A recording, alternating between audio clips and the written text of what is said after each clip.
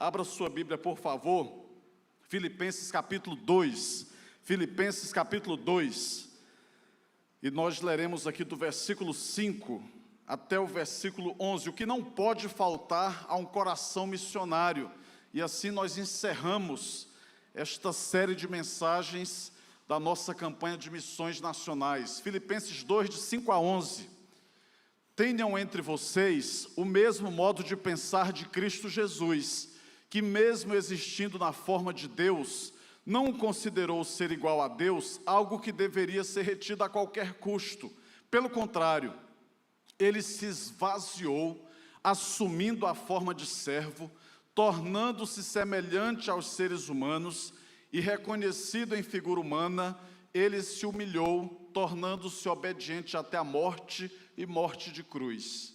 Por isso também Deus o exaltou sobremaneira, e lhe deu o nome que está acima de todo nome, para que ao nome de Jesus se dobre todo o joelho nos céus, na terra e debaixo da terra, e toda língua confesse que Jesus Cristo é Senhor, para a glória de Deus Pai. Vamos orar mais uma vez?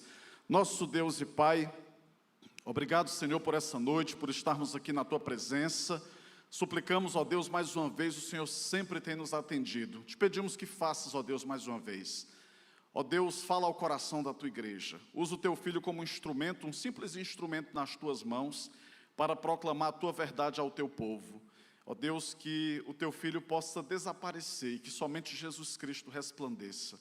E que as palavras dos lábios e o meditar do coração sejam agradáveis a Ti, rocha nossa e Redentor nosso. Oramos em nome de Jesus, amém.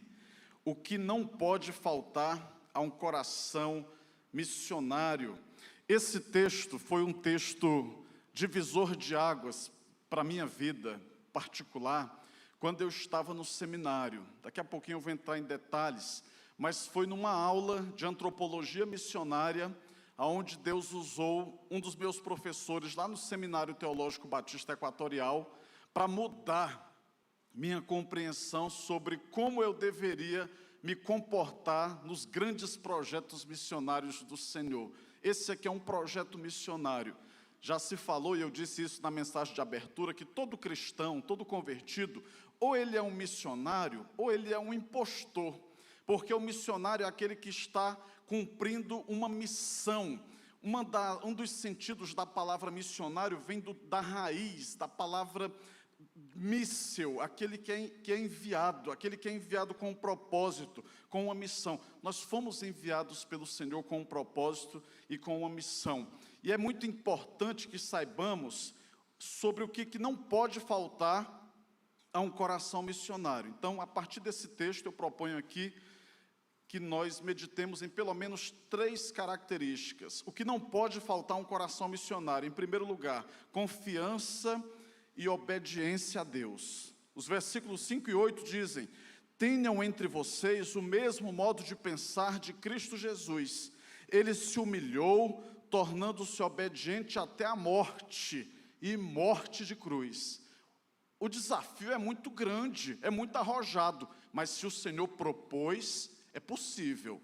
O que Ele está nos recomendando é que nós tenhamos em nós nada mais, nada menos que o mesmo sentimento, o mesmo modo de pensar que Cristo teve.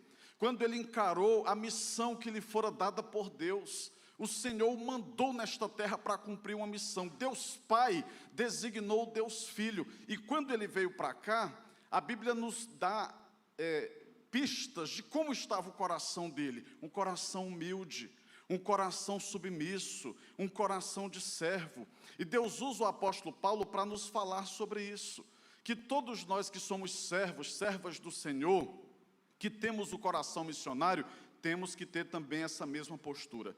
Tenham entre vocês o mesmo modo de pensar de Cristo Jesus. E o versículo 8 diz: Ele se humilhou, tornando-se obediente até a morte e morte de cruz. Ser obediente nem sempre é fácil, porque muitas vezes vai contra convicções, vai contra vontades, vai contra desejos, vai contra o nosso próprio orgulho, contra a nossa natureza. Ser obediente significa muitas vezes negar a si mesmo, renunciar a si mesmo. É uma era de direitos chamada. Cada um invoca e cada um arroga. Eu tenho direito, eu tenho direito, eu tenho direito. Sim, todos nós temos direitos. Mas quando nós pensamos na vida cristã, o Senhor Jesus nos ensina muitas vezes a abrirmos mão dos nossos direitos, nos esvaziarmos, entender e nos colocarmos em nosso devido lugar, para que sejamos impactados pela manifestação do poder de Deus nas nossas vidas. Infelizmente, uma má teologia ensinou para as pessoas algo que não é bíblico. Ensinou, por exemplo, uma fé cristã triunfalista. E aí eles gostam de insistir naqueles chavões. Você é cabeça, você não é cauda, coisas desse tipo. E, infelizmente, a gente começou a ter uma patologia cristã no Brasil. Então, com muita facilidade, você encontra cristãos soberbos, cristãos arrogantes, cristãos vaidosos. E isso é antibíblico, isso é diabólico, porque vai contra o espírito da Escritura. A palavra do Senhor nos ensina que quem quer seguir a Jesus deve negar a si mesmo todo dia, deve tomar a sua cruz e buscar seguir a Jesus. Por qualquer ângulo que eu e você olharmos, por nenhum ângulo tomar a cruz significa uma coisa boa, significa escárnio, significa vergonha, significa sofrimento, significa exatamente uma punição, muitas vezes injusta, assim como Jesus Cristo sofreu, mas nós nos dispomos para alcançarmos um propósito maior.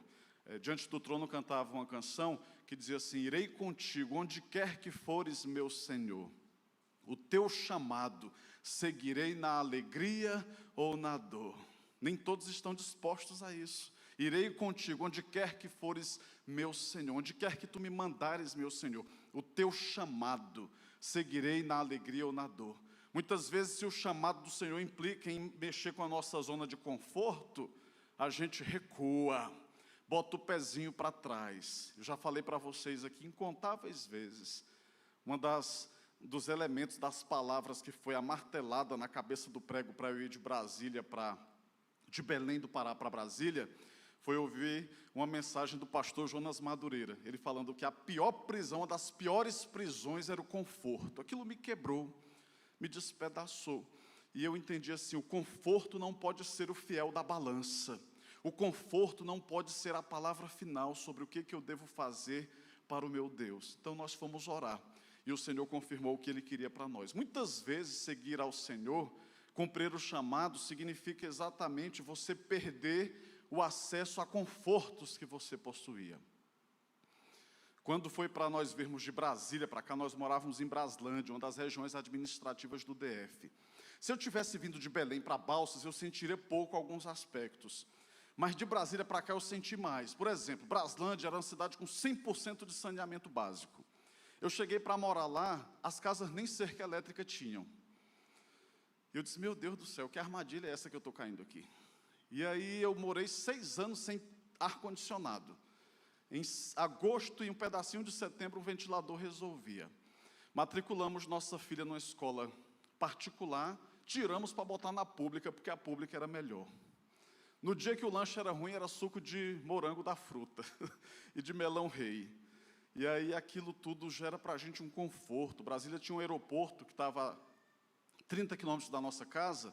É o único aeroporto do Brasil que é um entroncamento aéreo que tem voo direto para todas as capitais do Brasil, para quase todos os aeroportos do Brasil. E aí, de repente, nós fomos provocados a vir para Balsas. Eu não estou falando da história de John MacArthur, de John Piper. É fácil, às vezes, escorar na sombra do outro ali. Estou falando de algo que eu vivi. Então, alguns amigos assim tentaram me dissuadir. Quando viram que não ia dar certo, foram para Milka. Quando viram que Milka também estava dura, ele: vou largar isso aqui de mão. Eu tive um amigo que chegou para Milka e disse assim: Milka, o pastor, ele está delirando. Conversa com ele, Milka. Aí apelou para o emocional: pensem nas filhas de vocês, pelo menos. Mas eles não sabiam que a gente está numa fase da vida que o que importa para nós é o chamado do Senhor. A gente sempre definiu isso aqui.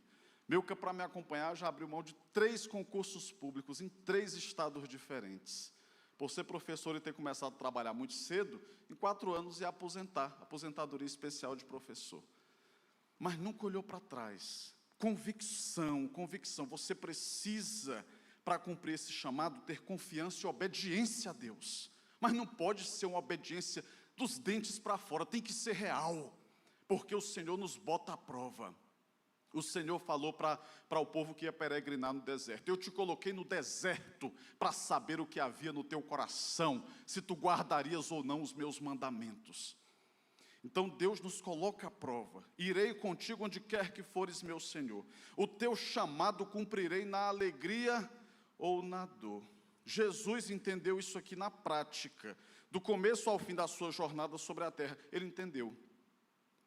Nasceu, a gente teve a alegria da Liz nascer em Belém, na melhor maternidade que tinha lá, tinha convênio médico, maternidade de saúde da criança. Em Brasília foi na maternidade Brasília, um dos melhores hospitais maternidades de Brasília. E aí, meus irmãos, Jesus nasceu num curral, porque não havia lugar para ele em outros locais melhores. Nasceu numa estrebaria, nasceu num curral. Provavelmente seu primeiro berço foi um coxo. Então ele experimentou tudo isso. Do seu nascimento à sua crucificação, ele foi condenado e ele foi morto como um dos piores bandidos.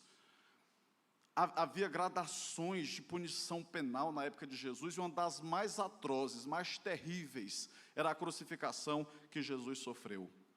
Ele foi crucificado no Monte Caveira, Monte Calvário. Aquele tipo de morte era reservado para os piores e mais hediondos bandidos.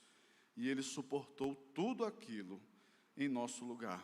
E a Bíblia diz que Jesus, tendo amado os seus, amou-os até o fim, não abriu mão. Ele foi fiel e ele foi obediente. No momento de profunda dor, ele orou ao Senhor e pediu: Pai, se for possível, passa de mim esse cálice, mas que não seja como eu quero, mas como tu queres. E ele orou em agonia, o texto diz isso. E a agonia foi tão grande que só o Evangelho de Lucas, o médico, captou um detalhe raríssimo da medicina chamado hematidrose, suor sanguinolento. O nível de estresse e tensão foi tão alto que rompeu, e glândulas sudoríparas, glândulas de suor, começaram a jorrar sangue, a agonia que Jesus passou. O nosso Senhor. Então não foi algo banal, foi real. A confiança e a obediência em Deus foram reais, Ele cumpriu. Eu falei um pouquinho da nossa vinda de Brasília para cá e me lembrei dos muitos testemunhos de missionários batistas que vieram evangelizar no Brasil. Tentei achar o vídeo, não consegui recuperar, ia passar hoje à noite para vocês. Essa região nossa mesmo, aqui, sul do Maranhão, Piauí, enfim, pioneiros aqui foram missionários norte-americanos. Eu tinha visto um vídeo de missionários que dedicaram muito tempo da vida ali na região de Floriano. E aí depois envelheceram, voltaram para os Estados Unidos. Quando um deles morreu, a família, porque eles têm um jeito diferente de ser, né, o norte-americano, eles cremaram aquele missionário e mandaram para o Brasil as cinzas, para ser jogada lá no Rio Parnaíba, entre Floriano e Barão de Grajaú, porque eles pensaram assim: nosso pai amava tanto aquela terra, aquela gente, que é uma forma de nós homenagearmos a memória do nosso pai. Mandou dos Estados Unidos para Floriano, Barão de Grajaú, para jogar as cinzas no Rio Parnaíba. Então imagina o que era naquele tempo, o pessoal sair do conforto do primeiro mundo e se embrenhar nesse meio de mundo nosso aqui, do sul de Piauí, sul do Maranhão. Mas não vinha para passar uma temporada, não. Eles vinham alguns para morrer e ser sepultados aqui. Então eles estavam com uma confiança e obediência a Deus a toda a prova. Algumas missões são árduas, mas a gente precisa ser fiel. O apóstolo Paulo disse: o que se requer dos dispenseiros, ou seja, aqueles que administram o que Deus colocou nas suas mãos, o que se requer dos dispenseiros é que sejam fiéis. A Bíblia diz: seja fiel até a morte, e o Senhor vai te dar a coroa da vida eterna, amém? Seja fiel, seja fiel. Paulo ficou conhecido como apóstolo aos gentios. Pedro, que nós vamos já ver a história também, foi um que Deus teve que mudar o coração. Era judeu até o tutano.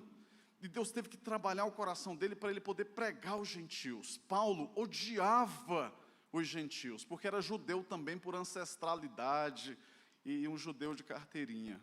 Então havia uma rixa, uma tensão histórica entre judeus e gentios. Eles não se davam de jeito nenhum.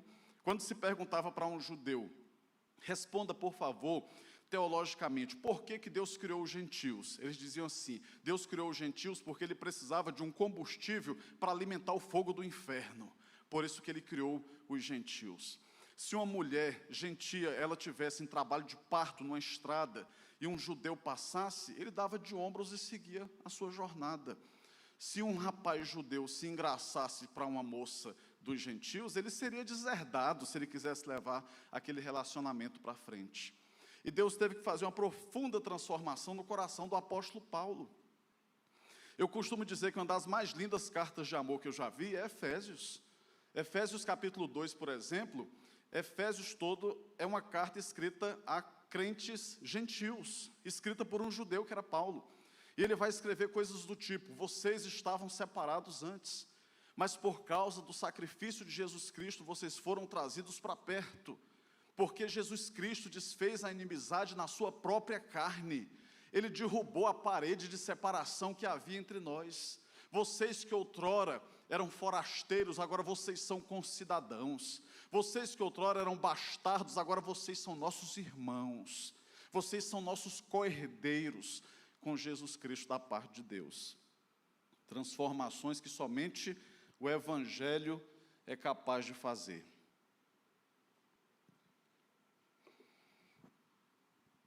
Quando Deus manda Jonas aos ninivitas, a mesma coisa. Ele tinha razões sociopolíticas e emocionais para não voltar àquele lugar. Historiadores dizem que provavelmente a família de Jonas, profeta Jonas, tinha sido vítima de uma chacina. Eles entraram com atrocidade, sem dó nem piedade. Nem mulheres foram poupadas, nem gestantes, nem crianças. Degolaram, mutilaram, devastaram. E ele tinha feridas emocionais em relação àquele lugar. Não por uma ironia, mas por uma providência e propósito eterno do divino, Deus diz assim, você vai pregar aos ninivitas. A Bíblia diz em Jonas capítulo 1, Jonas se dispôs, mas para fugir da presença do Senhor. Deus o manda para Nínive, ele vai para Tarsis. Deus o manda para o norte, ele vai para o sul. Mas Deus não desiste, porque os planos do Senhor não podem ser frustrados. Muitas vezes nós achamos que temos o direito de ficar alimentando, nutrindo, retroalimentando a vida inteira dramas do coração, traumas, feridas. E muitas vezes nós insistimos nisso, e batemos o pé, e pensamos que nós temos alguma força contra os desígnios de Deus. Não temos. Jó passou todo aquele enredo de 42 capítulos, Jó do capítulo 1 até o capítulo 40, 41, 42, Jó confabulando, filosofando e tal, aí chega num ponto que ele se rende, ele baixa a guarda, ele baixa as armas, ele diz assim, Senhor, eu bem sei que tudo podes e que os teus planos não podem ser frustrados, eu te conhecia de ouvir falar, mas agora os meus olhos te veem, é por isso que me arrependo no pó e na cinza. Quando nós entendemos o caráter de Deus, o poderio que Ele tem, nós nos rendemos. Porque, irmãos, nós lembramos malmente do que passou. Nós enxergamos nublado o presente e não sabemos absolutamente nada do futuro. E Deus tem diante de si passado, presente e futuro, sabe de todas as coisas. Precisamos confiar no Senhor. Precisamos confiar nos desígnios do Senhor. Precisamos saber que Deus tem mais poder e capacidade do que nós de mover as peças do tabuleiro. Ele tem essa capacidade de saber o que é melhor para nós, os passos que temos que dar, degraus que temos que subir ou descer, as horas e momentos que temos que avançar ou recuar e confiar no Senhor. Precisamos confiar em Deus. Jonas foi uma fera selvagem, um cavalo arisco e arredio, mas Deus o botou no cabresto, Deus o colocou no seu devido lugar. Deus quer nos conduzir com suavidade. Escolher ser impetuoso, escolher ser arisco e arredio só vai nos fazer mal, porque o Senhor vai ter que aplicar disciplina com força. A Bíblia diz isso. O Senhor diz assim, eis que eu disciplino a todos quanto amo. Se vocês estão sem disciplina, não sois filhos, sois bastardos. O Senhor, por nos amar, tem que nos disciplinar. Na hora que tiver que disciplinar, Ele disciplina. Quando tiver que nos apertar, Ele aperta. Para o nosso próprio bem, para o nosso próprio bem. Deus tratou Paulo, Deus tratou Jonas. Veja, os dois tiveram um tratamento difícil. Então, Paulo, ele se considerava alguém calibrado. Não, eu estou fazendo tudo que é certo. Ele se considerava alguém que tinha um zelo profundo das coisas divinas. Mas ele perdeu o sentido, a ponto de, num diálogo que ele teve com o próprio Deus, ele diz assim, o Senhor diz assim, Saulo, Saulo, por que você me persegue? A Bíblia diz que ele perseguia crentes, cristãos. Ele respirava a ameaça de morte, quer dizer, era uma compulsividade. Ele não conseguia tirar aquilo do pensamento, ele saía de cidade em cidade, perseguindo e afugentando o crente. O próprio Deus vai ao encontro dele e o encontra na estrada de Damasco. Quando Deus o golpeia e o derruba, o Senhor diz, Saulo, por que tu me persegues? Quem és tu, Senhor? Eu sou Jesus a quem você persegue. Muitas vezes estamos fazendo uma grande tolice, jurando de pés juntos que estamos glorificando a Deus. Cuidado, bote as barbas de molho, bote a mão na consciência, se ajoelha diante do Senhor e pergunta, Senhor, essa guerra que eu estou entrando, essa forma de militar como eu estou militando, isso aqui glorifica ao Senhor ou é um capricho do meu coração? A Bíblia diz que a ira humana não produz a justiça divina. Com muita facilidade a gente cai nessa armadilha. Porque nós ficamos enfurecidos, a gente vai igual os búfalos selvagens da ilha do Marajó, e a gente vai com aquela fúria pensando que Deus está conosco. Muitas vezes não. Paulo foi com esse ímpeto, e nesse ímpeto violento, ele matou um homem santo de Deus, chamado Estevão. A Bíblia diz literalmente que ele consentiu na morte por apedrejamento de Estevão, jurando de pé juntos que estava fazendo uma coisa boa. Tem que botar a mão na consciência. Às vezes é difícil cumprir a missão, mas temos que ser fiéis ao Senhor. Cumprir a missão outorgada, dada pelo próprio Deus. Deus mandou Jeremias pregar ao seu povo. É um dos maiores livros da Bíblia. Ele prega, chama o povo ao arrependimento. O povo não arrepende. O povo tem um coração tão duro que um novo livro brota a partir do livro de Jeremias, Lamentações de Jeremias. É um livro mais curto, mas é um livro cheio de dor, cheio de lágrimas. Tem um momento que ele fala desabafando com Deus. A minha vontade é que a minha cabeça virasse água e que eu pudesse chorar toda essa dor por pregar e o povo não ouvir. Às vezes a gente fala uma vez, porque a pessoa não ouve, a gente quer jogar a toalha, quer abandonar o ringue, quer desistir. Porque muitas vezes o nosso coração está fixado em jogar para a plateia. Quem joga para a plateia se esgota. Quem joga para a plateia e não tem convicção do chamado, cansa muito mais rápido do que deveria cansar. Mas a Bíblia diz que aqueles que esperam no Senhor renovam as suas forças, sobem com asas como águia, correm e não se cansam, caminham e não se fatigam. Tem que confiar no Senhor, tem que deslocar para o lugar certo a sua convicção, a sua fé, a sua esperança e a convicção do seu chamado.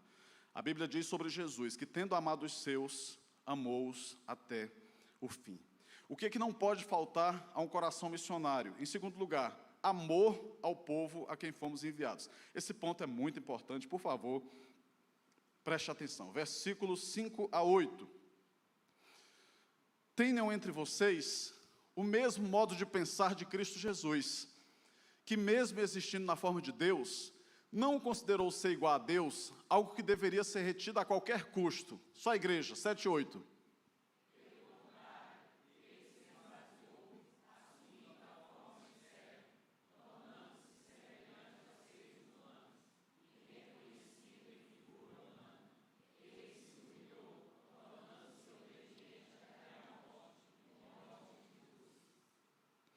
Esse texto mudou minha percepção sobre fazer missões. Primeiro ano de seminário, 2007, eu perdi um ano inteiro da minha vida, na verdade 2008. 2007 inteiro eu perdi. Comecinho de janeiro de 2007, eu embarquei na antiga rodoviária de Balsas, rumo a Belém. Quando o Transbrasiliano embicou em direção a Belém, lá estava eu. E aí, irmãos, eu perdi um ano inteiro. Por quê? Porque eu era, até hoje eu sou, um pouco menos, muito bairrista. Eu sou muito apegado com a minha terra natal. Esses dias eu tinha falado para umas ovelhas, eu disse, a capital do sul do Maranhão, Alto Parnaíba. Eu vou ser inconfidente.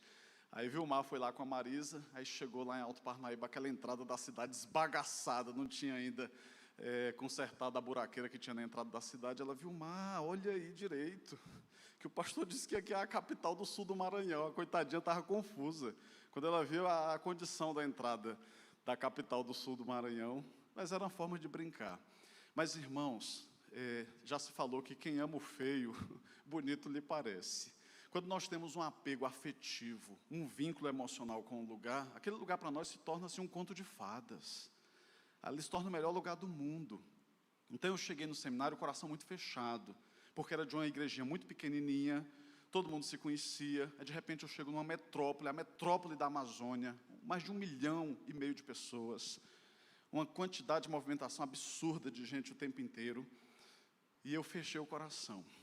Nem congregar eu queria direito, porque eu ficava só chorando a morte da bezerra, lembrando: ei, mas deve estar bom o culto em Alto Parnaíba uma hora dessa.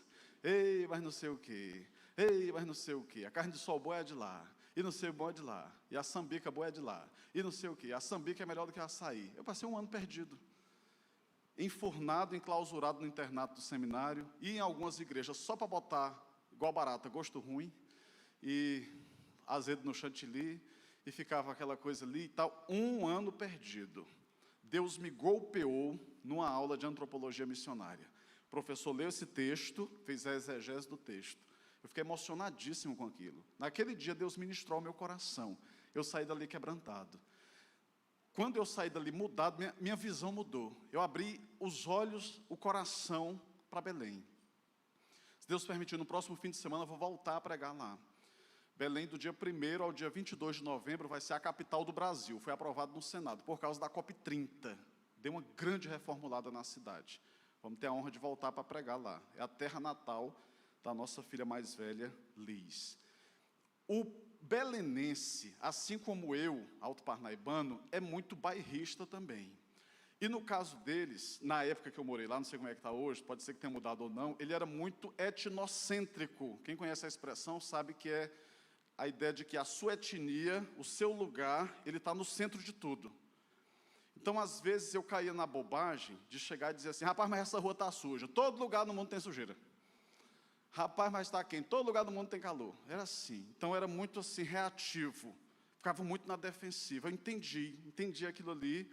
Então, eu aprendi a lidar com aquela situação. Morei em Brasília 6 anos, era diferente.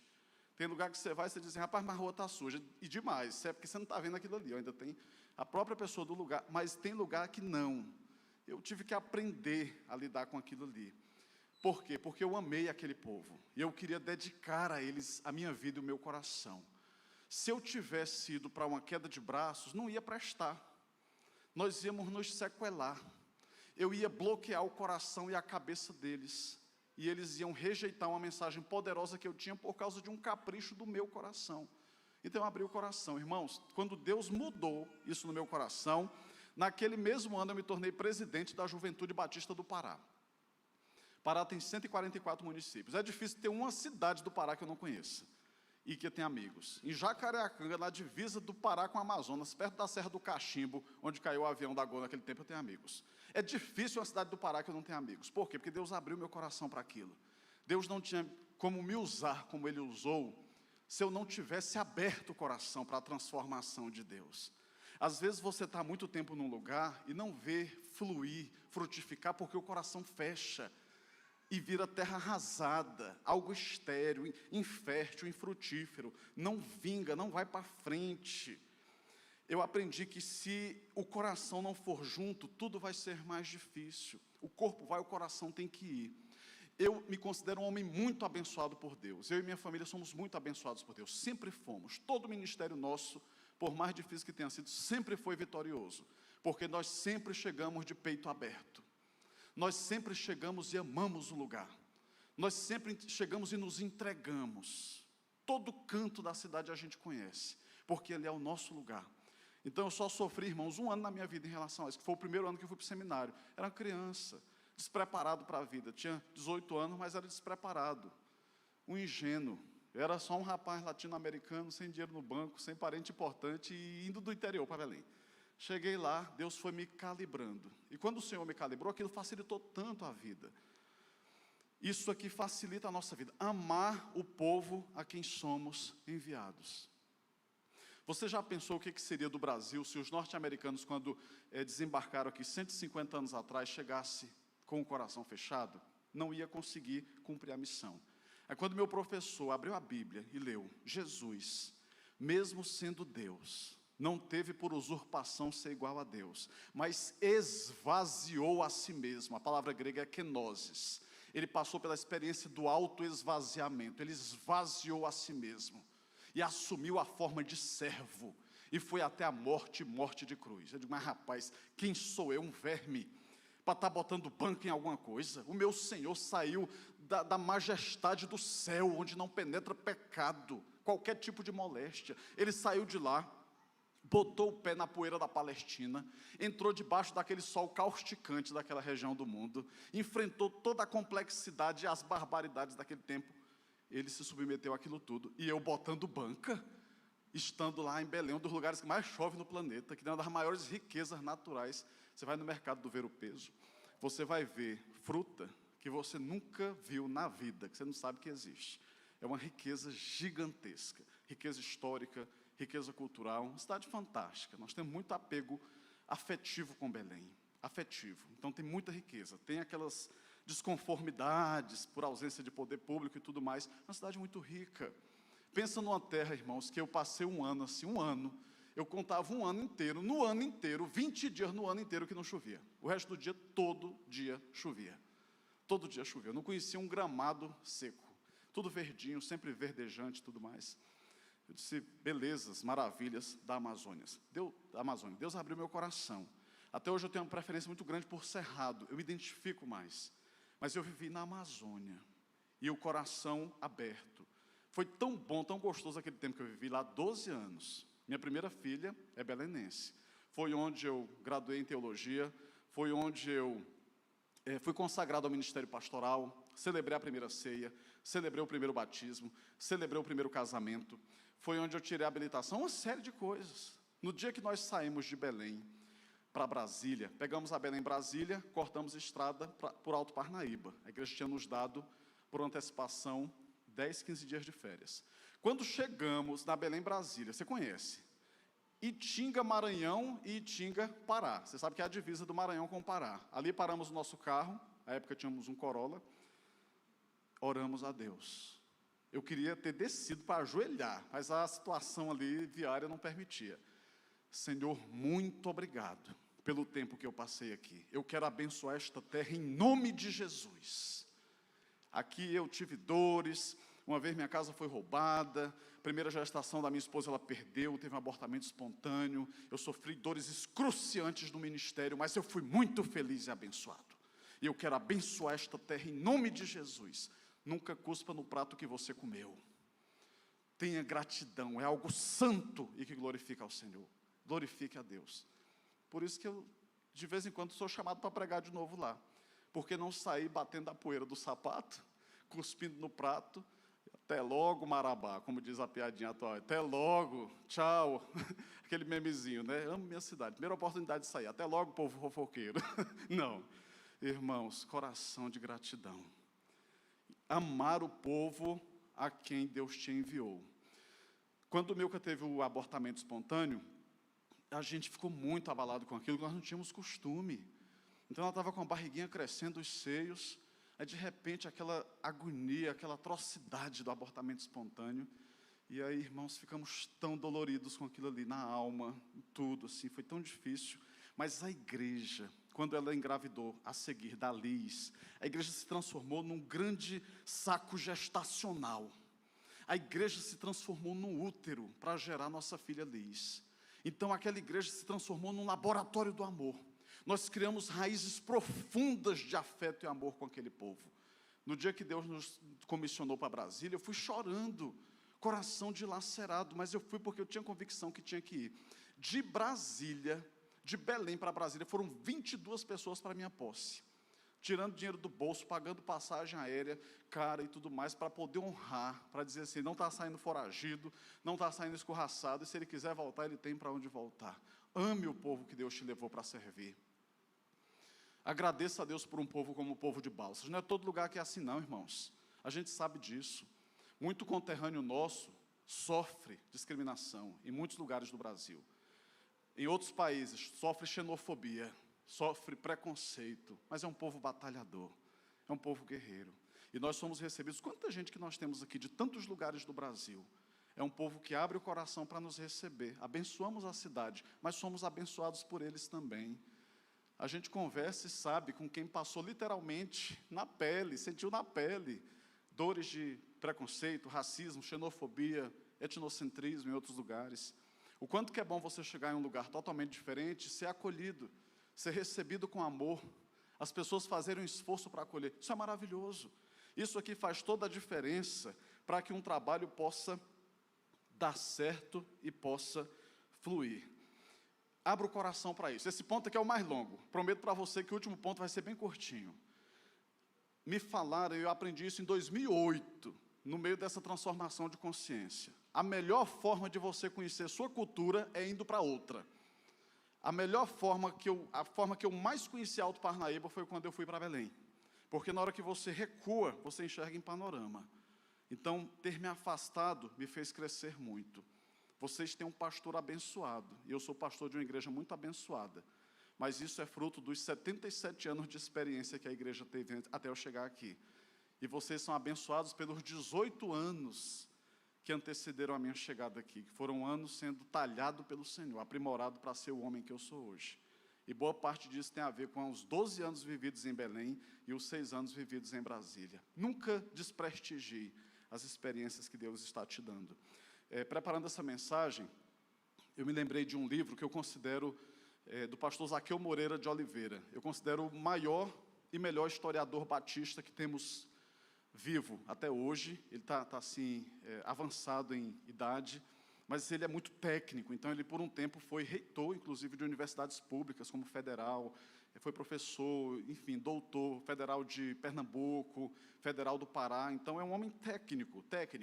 E ele fez uma grande catalogação, ele fez um levantamento histórico, biográfico, de informações sobre os batistas brasileiros. E é muito interessante, eu fiz alguns recortes, vou passar aqui para vocês, um pouquinho sobre a história dos batistas no Brasil. O livro é esse aqui, Um Povo Chamado Batista, História em Princípios, Zaqueu Moreira de Oliveira. Os primeiros batistas no Brasil, fiz só alguns recortes. No ano seguinte, o sonho foi concretizado com a nomeação e envio do primeiro casal de missionários batistas ao Brasil, Thomas Jefferson Bowen e Laurena Bowen. Ele tinha sido missionário em Yoruba, África, mas por motivo de saúde não pôde para ali regressar, pelo que foi despertado para trabalhar no Brasil, na esperança de preparar pregadores de cor negra, conforme ele mesmo afirmou em carta escrita para a Junta de Richmond, em 11 de janeiro de 1859. Mais tarde, em 9 de novembro do mesmo ano, a Junta recomendou a sua ida para o Brasil, inclusive com a curiosa informação de que no Rio de Janeiro o clima era ameno.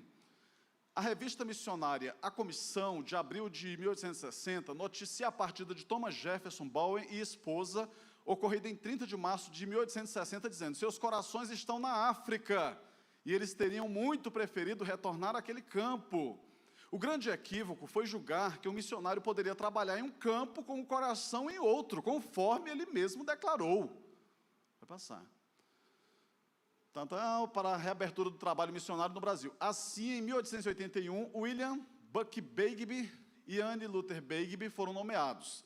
Ao chegarem ao Brasil, no dia 2 de março de 81, dirigiram-se para Santa Bárbara, em São Paulo, Santa Bárbara do Oeste, onde Begbie foi pastor da primeira igreja naquela cidade e começou a aprender a língua portuguesa com Albuquerque.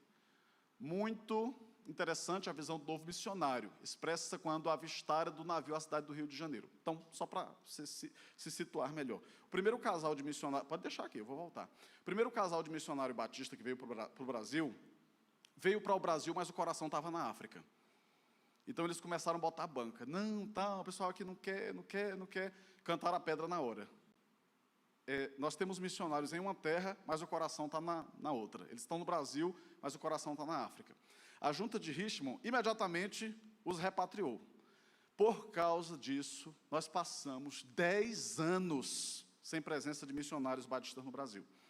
Aí Deus começou a movimentar de novo e mandou esse casal chamado Begbie. Quando eles estavam chegando ao Brasil, relatos históricos, não era uma visão da África do Sul, de qualquer outra parte do mundo, mas do Brasil. Assim escreveu Begbie: é o mais lindo panorama que os meus olhos jamais contemplaram. Enquanto eu olho hoje à noite para o esplêndido panorama de luzes cintilando na superfície das águas, postados ao lado das montanhas e se misturando com o brilho das estrelas, meu coração se entristece por haver aqui milhares de pessoas que estão sem Deus e sem esperança, movimentando-se sob a triste sombra de um eclipse. Ó Deus, conceda que a tua verdade que está em Cristo Jesus encha esta terra de norte a sul, do Atlântico aos Andes. Tem mais algum? Em 82, Zacarias Clay Taylor e Kate Taylor vieram para o Brasil com os Begbie Teixeira de Albuquerque. Antônio Teixeira de Albuquerque foi o primeiro batista 100% brasileiro, que inclusive foi o primeiro pastor batista 100% brasileiro e era um ex-padre. Foi inclusive pastor da primeira igreja batista em Maceió das Alagoas, Antônio Teixeira de Albuquerque. Os dois se dirigiram para a Bahia a fim de organizarem, a 15 de outubro de 1882, a primeira igreja no Nordeste do Brasil, mais tarde conhecida como Primeira Igreja Batista do Brasil, que foi em Salvador, na Bahia, que na realidade foi a terceira do país, porque 2 outras haviam sido abertas em São Paulo. Contudo, este foi um novo começo com efeitos duradouros, graças ao evangelismo ousado e até agressivo, tinha que botar entre aspas, realizado pelos líderes que ali fincaram as suas estacas. Olha a diferença. Então, a partir do casal Begbie, a obra missionária explodiu. Então, veja, o primeiro casal, na mesmíssima terra, chegou e disse assim: esse campo aqui é estéril.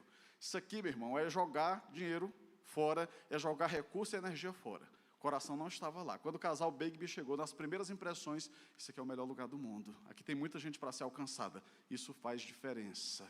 Se o coração não estiver, não vai dar certo. O coração precisa estar. O coração precisa estar. Projeta para a gente aqui também o texto. Eu vou fazer o texto de Atos. Irmãos, essa aqui é a visão, eu vou tentar resumir para vocês pelo tempo, de Pedro encontrando com Cornélio. Deus está movendo o coração, Deus aparece numa visão, um tipo de sonho, visão para Cornélio, dizendo assim: ó, você vai mandar na rua tal, no lugar tal, buscar uma pessoa que você não sabe nem quem é. Aí mandou os seus empregados buscar Pedro. Pedro já estava ali cumprindo a sua missão. De repente, Deus dá uma visão para Pedro. Qual foi a visão que Deus deu para Pedro? Um lençol está descendo, e naquele lençol tinham muitos animais impuros, tinha répteis, enfim, todo tipo de animal considerado impuro estava naquele lençol. E o texto fala que Pedro estava com muita fome, talvez era perto do meio-dia, ele estava com muita fome, estava hospedado na casa de Simão, o curtidor.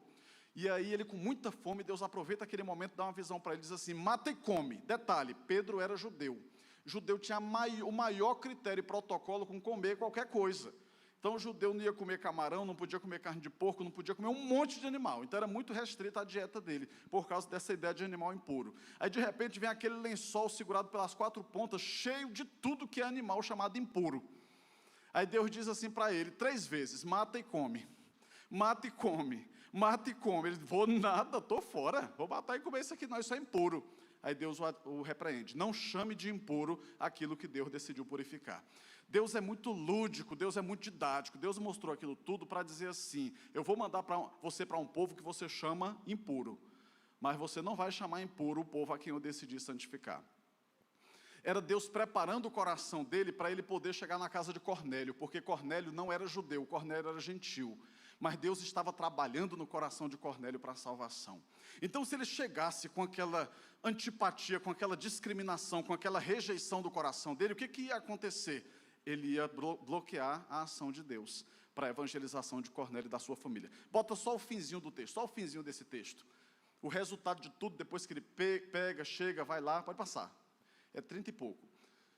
Então Pedro começou a falar, e ele disse: reconheço por verdade que Deus não trata as pessoas com parcialidade. Pelo contrário, em qualquer nação, aquele que teme e faz o que é justo é aceitável. Volta à página anterior, por favor, só para a gente fechar aqui.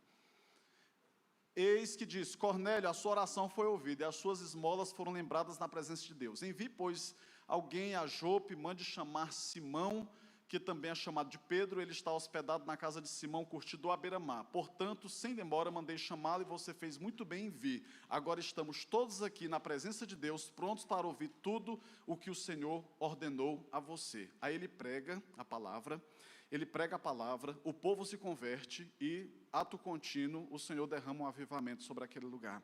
Ou seja, primeiro, irmãos, Deus tem que fazer uma grande obra no nosso coração. Antes de fazer uma grande obra através de nós, Deus tem que fazer uma obra em nós. Enquanto o nosso coração não for aprumado, calibrado, dilapidado por Deus, nós não temos condições de servir ao Senhor. Se você pensa que, por exemplo, pastorear uma igreja dessa é subir aqui e pregar, isso aqui é a coisa mais fácil do mundo, é da mais simples. O que acontece fora das lentes, do feed, do story, é ali onde o bicho pega. E boa parte disso envolve você ter um coração aberto para amar esse povo.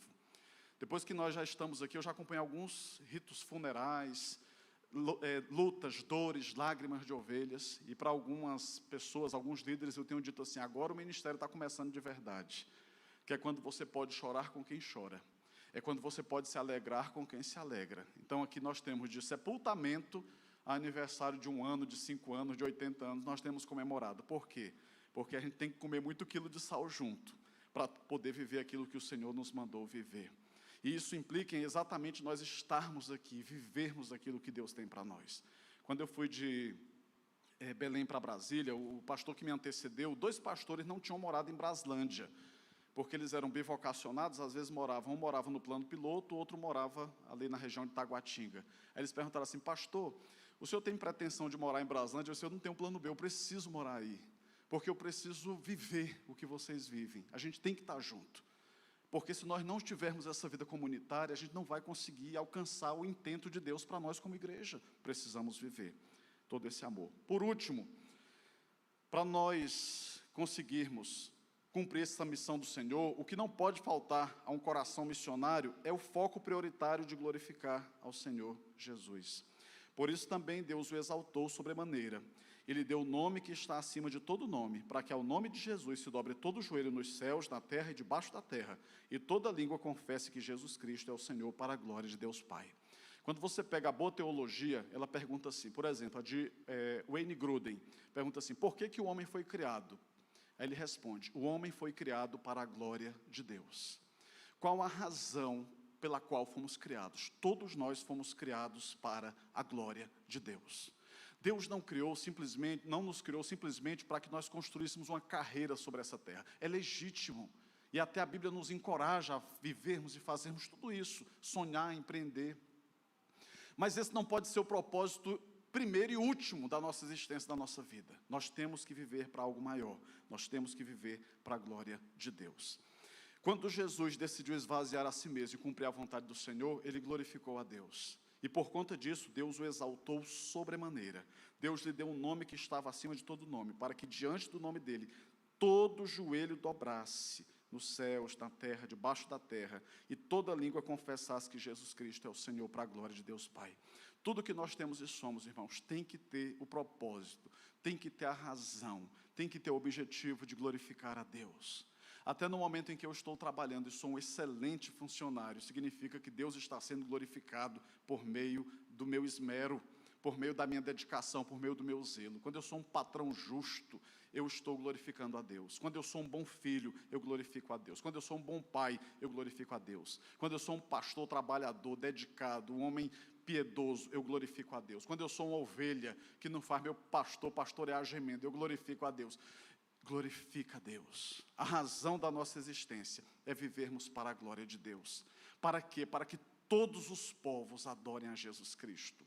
Por que as missões existem? Por que a obra missionária existe? Porque não existe adoração em todos os corações. Então, a obra missionária, ela tem esse propósito exatamente prioritário. Nós fazemos a obra missionária para que os homens voltem a glorificar a Deus, para que os homens voltem a adorar a Deus, para que os homens voltem a confessar que Jesus Cristo é o Senhor, para a glória de Deus Pai. Então, o missionário tem que ter essa visão. Nós não estamos aqui, por exemplo, PIB de Balsas. Deus está derramando graça sobre nós. Mas nós não estamos aqui para construir castelo, nós estamos aqui para construir o reino de Deus. Nós estamos contribuindo para a expansão do reino de Deus sobre a terra. Se nós ficarmos ensimesmados, nós vamos ser punidos por Deus. Porque não é essa a razão pela qual Deus coloca as coisas nas nossas mãos, mas Ele nos dá para que o nome dEle seja honrado e para que o nome dEle seja glorificado. Romanos diz que vai chegar um momento em que todo joelho se dobrará e que toda língua confessará que Jesus Cristo é o Senhor, para a glória de Deus Pai. Mas vai ser o momento do fechar das cortinas da humanidade. Mas até que esse momento chegue, nós temos que encorajar as pessoas a conhecerem a Jesus, a conhecerem a palavra, para que voluntariamente elas se prostrem diante dEle e possam exaltar ao Rei dos Reis e ao Senhor dos Senhores. Amém? Louvado seja o nosso Deus. Vamos orar então por isso aqui?